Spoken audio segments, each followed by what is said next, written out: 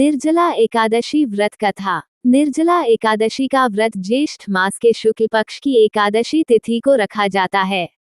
हिंदू धर्म में इस एकादशी का विशेष महत्व है। मान्यता है कि अगर आप साल में पड़ने वाली 24 एकादशी का व्रत नहीं रख पा रहे हैं तो निर्जला एकादशी का रख लें। इससे आपको हर एक एकादशी का फल प्राप्त हो जाएगा। इस एकादशी को सबसे कठोर एकादशी माना जाता है क्योंकि इसमें जल तक पीने की मनाही होती है। निर्जला एकादशी पर भगवान विष्णु की विधिवत पूजा करने के साथ दान किया जाता है। इसके साथ ही पूजा के समय इस एकादशी व्रत कथा का पाठ अवश्य करना चाहिए। इससे आपकी पूजा पूर्ण हो जाती है। आइए जानते हैं निर्जला एकादशी की संपूर्ण व्रत कथा। निर्जला एकादशी के महत्व के बारे में स्वयं भगवान कृष्ण ने युधिष्ठिर को बताया है। उन्होंने निर्जला एकादशी के महत्व के बारे में परम धर्मात्मा सत्यवती नंदन व्यास जी को बताने को कहा था।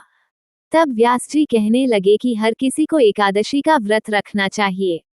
इसके साथ ही एकादशी की दोनों पक्षों में भोजन नहीं करना चाहिए। इसके बाद द्वादशी को स्नान पूजा करने के बाद ही भोजन ग्रहण करना चाहिए।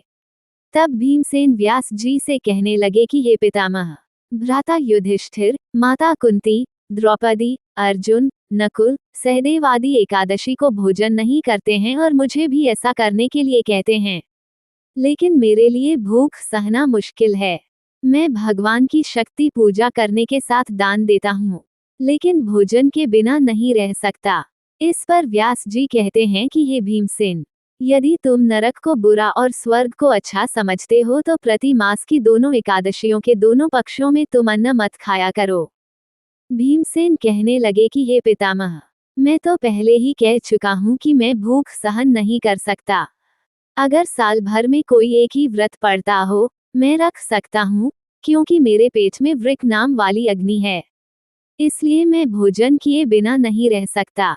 भोजन करने से वह शांत रहती है, इसलिए पूरा उपवास तो क्या एक समय भी बिना भोजन किए रहना कठिन है।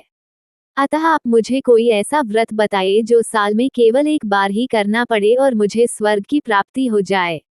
इसके साथ ही जीवन में कल्याण ही कल्याण हो। इस बात पर श्री व्यास जी कहने लगे कि हे पुत्र, बड़े बड़े ऋषियों ने बहुत शास्त्र आदि बनाए हैं जिनसे बिना धन के थोड़े परिश्रम से ही स्वर्ग की प्राप्ति हो सकती है। इसी प्रकार शास्त्रों में दोनों पक्षों की एकादशी का व्रत मुक्ति के लिए रखा जाता है। व्यास जी के वचन सुनकर भीमसेन नरक में जाने के नाम से भयभीत हो गए और कांपकर कहने लगे कि अब क्या करूं। मास में 2 व्रत तो मैं कर नहीं सकता, हाँ वर्ष में एक व्रत करने का प्रयत्न अवश्य कर सकता हूँ। अतः वर्ष में एक दिन व्रत करने से यदि मेरी मुक्ति हो जाए तो ऐसा कोई व्रत बताइए। ये सुनकर व्यास जी कहने लगे कि वृषभ और मिथुन की संक्रांति के बीच ज्येष्ठ मास के शुक्ल पक्ष की जो एकादशी आती है उसका नाम निर्जला है।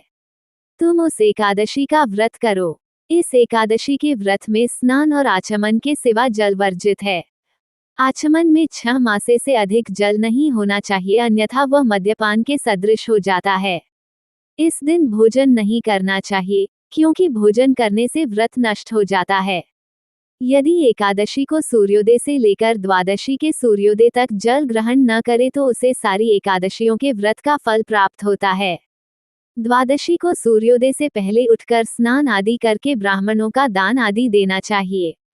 इसके पश्चात भूखे और सत्पात्र ब्राह्मण को भोजन कराकर फिर आप भोजन कर लेना चाहिए। इसका फल पूरे एक वर्ष की संपूर्ण एकादशियों के बराबर होता है।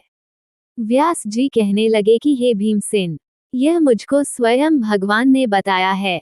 इस एकादशी का पुण्य समस्त तीर्थों और दानों से अधिक है। केवल एक दिन मनुष्य निर्जला रहने से पापों से मुक्त हो जाता है। जो मनुष्य निर्जला एकादशी का व्रत करते हैं उनकी मृत्यु के समय यमदूत आकर नहीं घेरते, बल्कि भगवान के पार्षद उसे पुष्पक विमान में बिठाकर स्वर्ग को ले जाते हैं। अतः संसार में सबसे श्रेष्ठ निर्जला एकादशी का व्रत है, इसलिए यत्न के साथ इस व्रत को करना चाहिए। उस दिन ओम नमो भगवते वासुदेवाय मंत्र का उच्चारण करना चाहिए और गौ दान करना चाहिए। इस प्रकार व्यास जी की आज्ञानुसार भीमसेन ने इस व्रत को किया। इसलिए इस एकादशी को भीमसेनी या पांडव एकादशी भी कहते हैं। निर्जला व्रत करने से पूर्व भगवान से प्रार्थना करें कि हे भगवान, आज मैं निर्जला व्रत करता हूँ, दूसरे दिन भोजन करूंगा। मैं इस व्रत को श्रद्धापूर्वक करूंगा, अतः आपकी कृपा से मेरे सब पाप नष्ट हो जाएं। इस दिन जल से भरा हुआ एक घड़ा वस्त्र से ढंक कर स्वर्ण सहित दान करना चाहिए। जो मनुष्य इस व्रत को करते हैं उनको करोड़पल सोने के दान का फल मिलता है, और जो इस दिन यज्ञादिक करते हैं उनका फल तो वर्णन ही नहीं किया जा सकता। इस एकादशी के व्रत से मनुष्य विष्णु लोक को प्राप्त होता है। जो मनुष्य इस दिन अन्न खाते हैं वे चांडाल के समान हैं। वे अंत में नरक में जाते हैं। जिसने निर्जला एकादशी का व्रत किया है वह चाहे ब्रह्म हत्यारा हो, मद्यपान करता हो, चोरी की हो या गुरु के साथ द्वेष किया हो, मगर इस व्रत के प्रभाव से स्वर्ग जाता है। हे कुंती पुत्र, जो पुरुष या स्त्री श्रद्धा पूर्वक इस व्रत को करते हैं उन्हें अग्रलिखित कर्म करने चाहिए।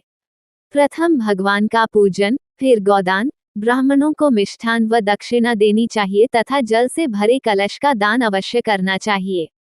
निर्जला के दिन अन्न, वस्त्र, उपहान, जूती आदि का दान भी करना चाहिए। जो मनुष्य भक्तिपूर्वक इस कथा को पढ़ते या सुनते हैं उन्हें निश्चय ही स्वर्ग की प्राप्ति होती है।